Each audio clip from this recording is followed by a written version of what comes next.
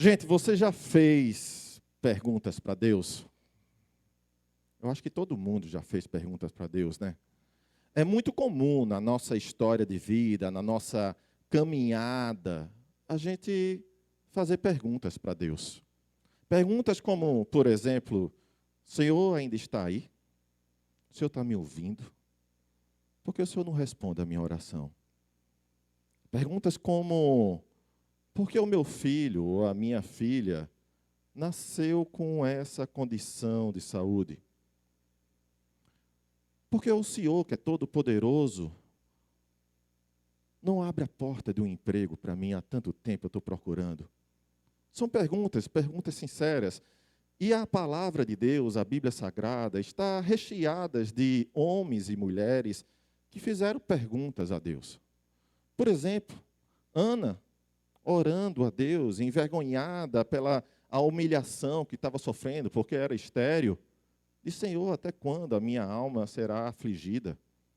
Davi, se sentindo sozinho, disse: Senhor, o Senhor tirou a tua face diante de mim. Rebeca, sem entender o que ela estava vivendo, foi para isso que eu nasci, Senhor. Como quem diga: Senhor, não aguento mais, vem trazer uma solução aqui para a minha vida. Marta faz uma afirmação perante Jesus, que parece uma afirmação, e é uma afirmação, mas também é uma pergunta. Quando o seu irmão Lázaro morre, e Jesus chega naquele ambiente, ela diz para Jesus: Jesus, se eu tivesse vindo antes, meu irmão não teria morrido. É como se ela estivesse dizendo: por que o Senhor não chegou antes? Por que o Senhor não chegou antes?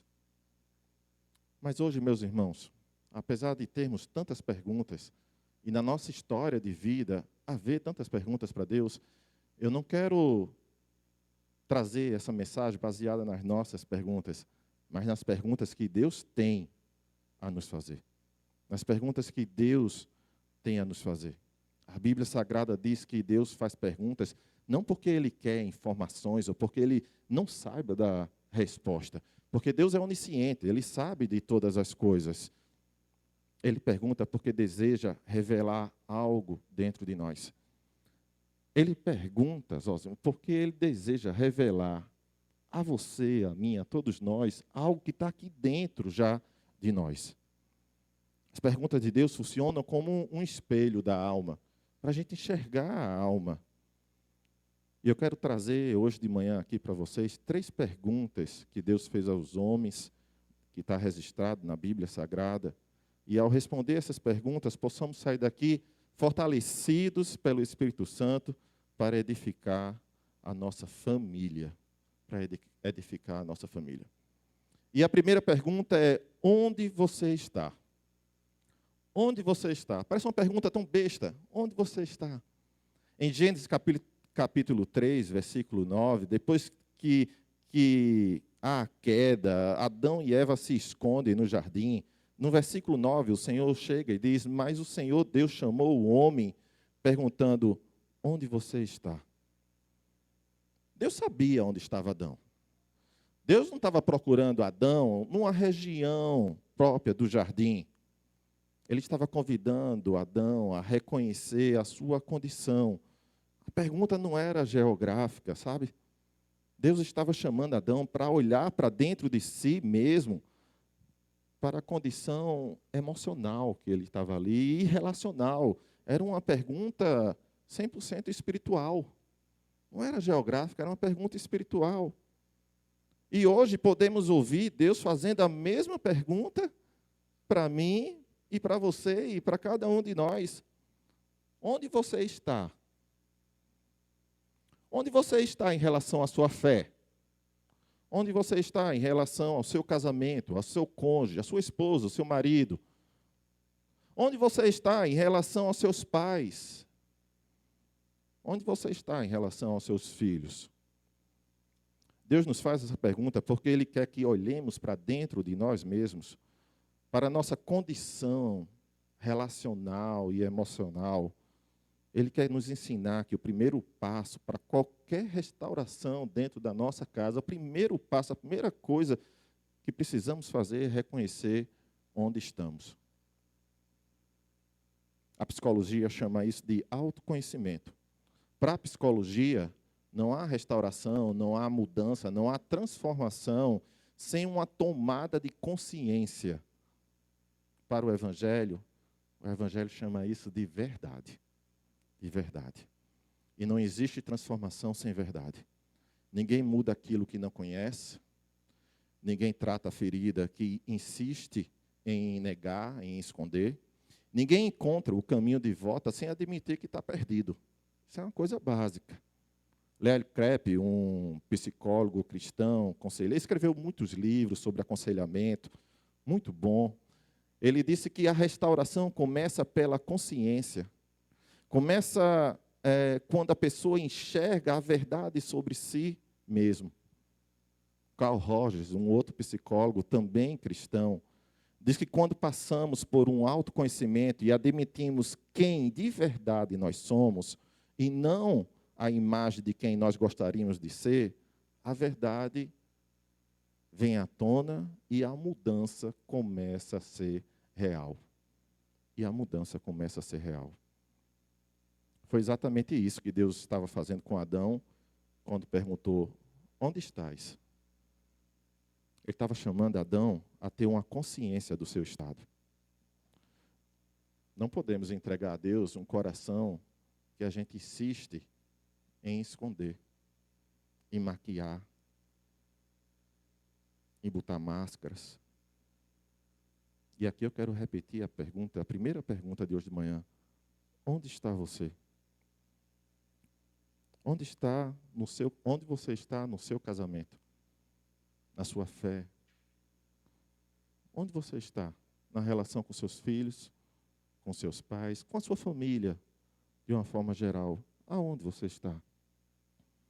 E aqui a gente parece que coloca muito o olhar dos pais para com os filhos, né? Mas a gente está vivendo uma época que a população está envelhecendo, nós estamos envelhecendo, nossos pais estão envelhecendo. E tem uma hora, sabe, que o papel tem uma troca aí.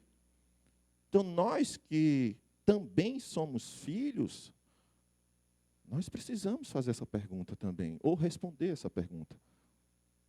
Onde você está em relação aos seus pais que envelheceram? Onde você está? A segunda pergunta é, onde está o seu irmão? Se a primeira pergunta que Deus fez aos homens, e a gente pode parar para refletir para a nossa própria vida, Priscila, e ela tem a ver com a gente olhar para dentro de nós mesmos, a segunda pergunta, ela convida a gente a olhar para o próximo. Onde está seu irmão? Gênesis capítulo 4, versículo 9, depois de matar Abel, Caim ouve essa pergunta de Deus. Versículo 9, então o Senhor perguntou a Caim, onde está o seu irmão, Abel? Respondeu ele, não sei. Sou eu o responsável pelo meu irmão? Novamente, meu povo, Deus sabia a resposta, mas queria confrontar o coração de Caim. Porque o Evangelho nunca é apenas sobre mim e Deus, é também sobre mim e a pessoa, o outro. Aqueles a quem eu convivo, a minha família. Mateus 22, Jesus respondendo, qual é o maior mandamento de todos? O que foi que Jesus respondeu? Amarás o Senhor teu Deus de todo o teu coração, de toda a tua alma e de todo o teu entendimento. Este é o primeiro e o grande mandamento. E o segundo, semelhante a esse, é amarás o teu próximo como a ti mesmo. Deus não deixou um só mandamento, deixou dois. E amar a Deus está completamente ligado a amar o próximo. No livro de João vai nos ensinar que ninguém pode dizer que ama a Deus e odeia o seu irmão, porque nele habita a mentira.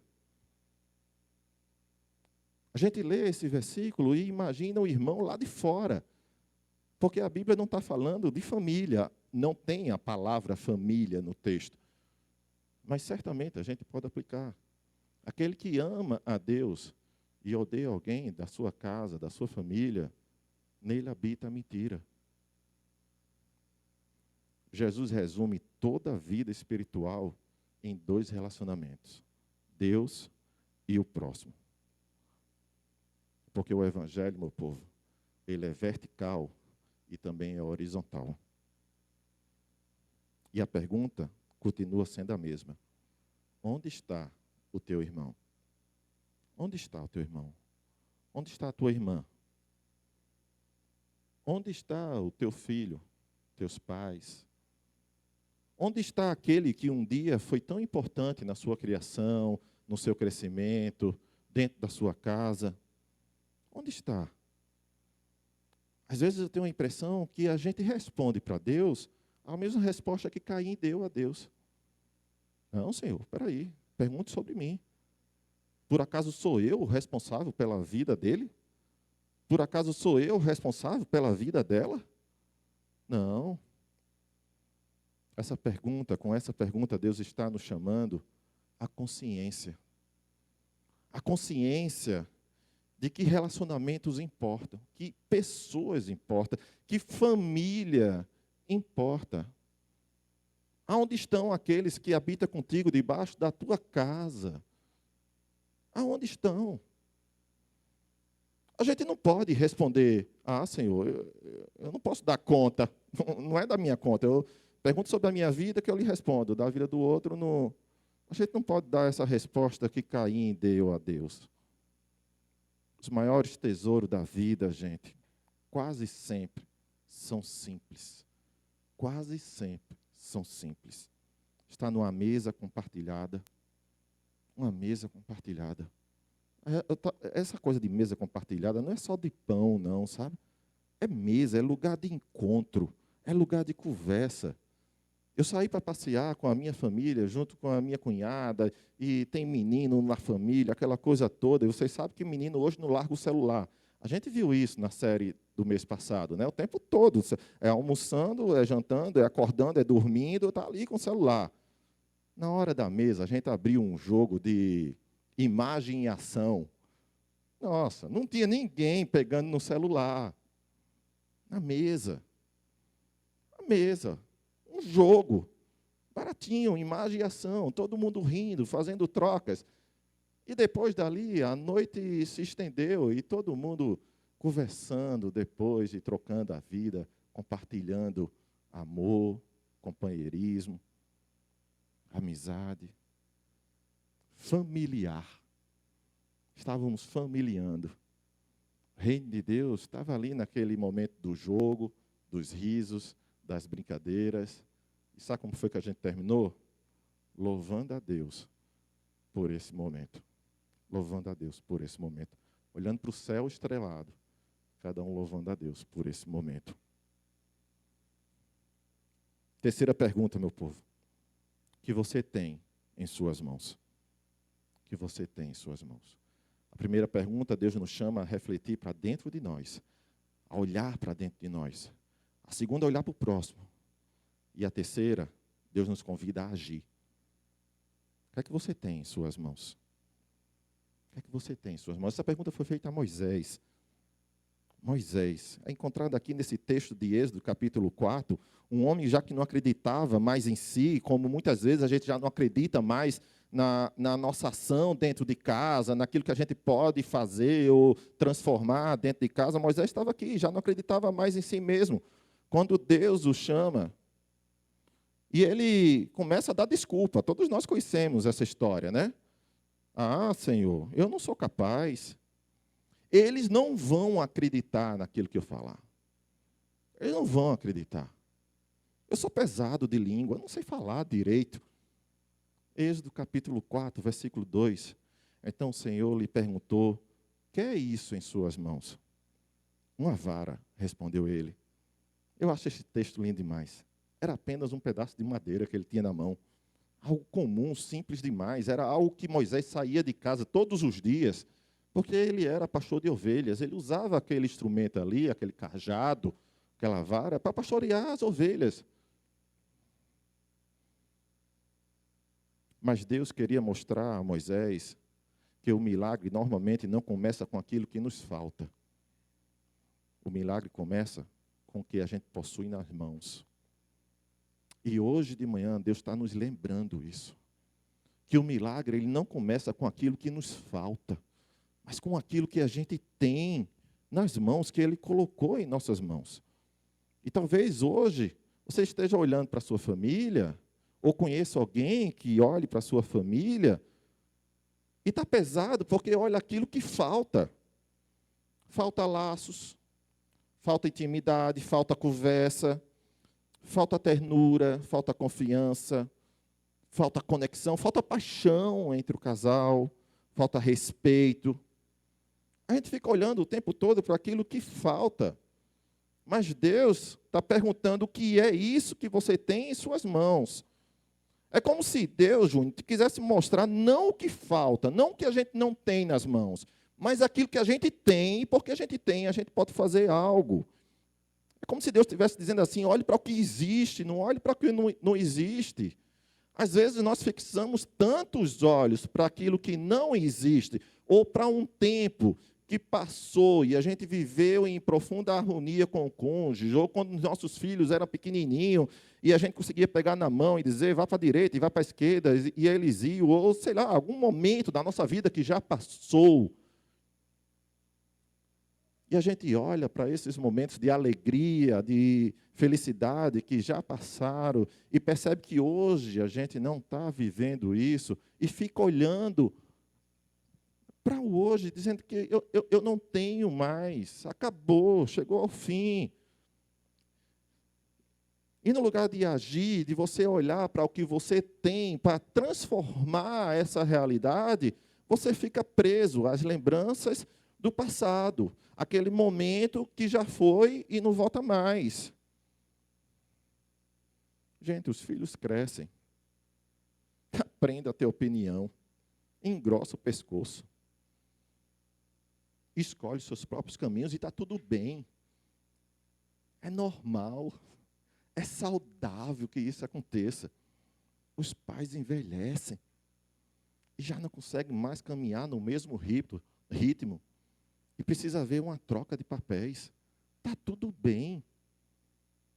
É o curso da vida também. O cônjuge muda. Os gostos mudam, o jeito de viver a vida muda. Como diz a letra de uma certa música, tudo nessa vida muda, só não muda a mudança. O filósofo grego Heráclito disse que ninguém entra duas vezes no mesmo rio, porque nem o rio é o mesmo, nem a pessoa é a mesma. Assim como as águas do rio, elas estão o tempo todo correndo, a vida está em constante movimento, as coisas mudam, tudo muda. Nós mudamos. Eu não sou mais o mesmo homem do ano passado. Graças a Deus. Amadureci muitas coisas. Eu não sou mais o mesmo homem de quando eu casei com a minha esposa. Graças a Deus que eu não sou. Imagina a minha esposa ser casada com um homem de 50 anos que se comporta como um jovem. Graças a Deus. Nossos filhos mudam. As circunstâncias mudam. E o problema não é que o rio passou, o problema é acreditar que ele parou. O tempo passou como um rio, mas ainda temos o hoje. Sabe para quê? Para amar, para abraçar, para fazer aquela ligação que falta ser feita, para perdoar e para ser perdoado, para pedir perdão. É hoje. Se Deus perguntasse a você o que é que você tem aí nas suas mãos, responda, tenho hoje, Senhor. Eu tenho hoje. E o Debrando tem uma frase que eu aprendi quando eu cheguei aqui na Candeias, há 10 anos atrás, que eu achei linda e guardei no meu coração. O hoje é um presente de Deus e o que você faz com esse dia chamado hoje é o seu presente de volta para Deus. Vê que frase linda, eu vou repetir. O hoje é um presente de Deus na minha vida e na sua vida. E o que você faz com esse dia chamado hoje é o seu presente e o meu presente de volta para esse Deus. O que é que você tem em suas mãos? Você tem o hoje. Tem uma mesa em casa? Algo simples, igual o cajado de Moisés? Que tal reunir todo mundo na mesa para fazer um jogo? Sem moralidade, sem lições, sem apenas para rir, para conversar, para resgatar aquilo que um dia foi perdido. que é que você tem em suas mãos? Ainda tem a possibilidade de uma conversa? Ainda tem fé? O que é que você tem em suas mãos? Você tem uma oração a fazer. Só cabe a você. Só cabe a você. Você tem uma oração a fazer. Ainda existe uma chance de ser família, segundo os olhos de Deus. Ainda tem a chance de você dizer: venha a nós o teu reino, seja feita a tua vontade, assim como nos céus, lá na minha casa. Deus trabalha com aquilo que ainda está em nossas mãos. E aqui, Helena, eu lembro da viúva, que tinha um pote de azeite em suas mãos só. Do menino, que tinha 5 pães e 2 peixes. De Davi, que tinha uma funda. Como é que diz aqui no Ceará, aquele negócio que fica assim? Baladeira. Uma baladeira. Só. Moisés, um pedaço de pau na mão, uma vara, um cajado. E Deus continua perguntando a cada um de nós: o que você tem em suas mãos? Cláudio, o que você tem em suas mãos? O que você tem em suas mãos? E aí talvez você esteja pensando aí com sua cabecinha e vagando pouco a sua mente, dizendo: Cláudio, porque você não conhece a realidade lá de casa. A conexão com minha esposa foi quebrada completamente. A gente não consegue conversar. Eu sento para conversar com os meus filhos, não tem uma conversa sem briga. Eu ligo para o meu pai e para a minha mãe, e é seco, é quebrado. Eu não consigo ultrapassar essa barreira. Então, a pergunta, meu irmão, que você precisa fazer ao seu coração não é o que foi perdido. Não é o que você não tem em suas mãos. Você já sabe que você não tem conexão e não tem conversa. A pergunta que você deve fazer é o que ainda existe em suas mãos. Ainda existe aquela ligação a fazer? No meio da tarde? Sem cobrança. Apenas para dizer: pai, ou como eu digo lá em João Pessoa, painho, eu te amo. Apenas para dizer: amor, eu acredito no teu projeto, estou junto com você. Filho, Deus abençoe a sua tarde. Filho, Deus abençoe a sua prova. Filho, como foi a prova? Não foi boa, pai. Não tem problema. Levanta a cabeça. Tem coisas na vida que não vai dar certo mesmo, mas a gente levanta, refaz e conquista. Será que falta isso?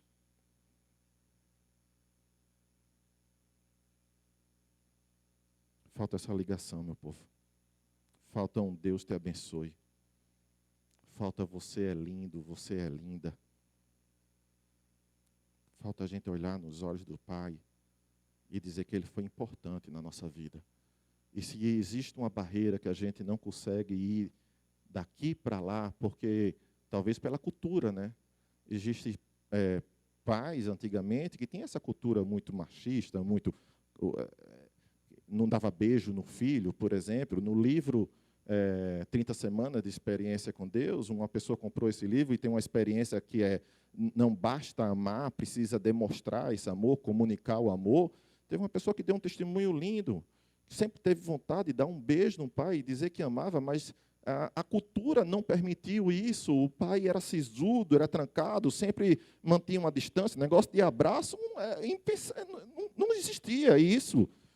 E quando ele leu essa experiência com Deus e a experiência convidando ele a agir, ele fez um almoço em casa, preparou a mesa, chamou a esposa: me ajuda a montar essa mesa, sabe, mesa posta, tudo bonitinho lá, guardanapo, prato, coisa mais linda do mundo. E quando chegou a comida na mesa, ele se levantou e disse: opa, peraí, pai, esse almoço é para reconhecer todo o seu trabalho que o senhor teve na minha vida, seu esforço, suas noites de trabalho, para dizer que eu cresci, virei homem, e eu lembro dos seus ensinamentos. E para dizer ao Senhor que eu te amo, e eu quero ir aí lhe dar um beijo.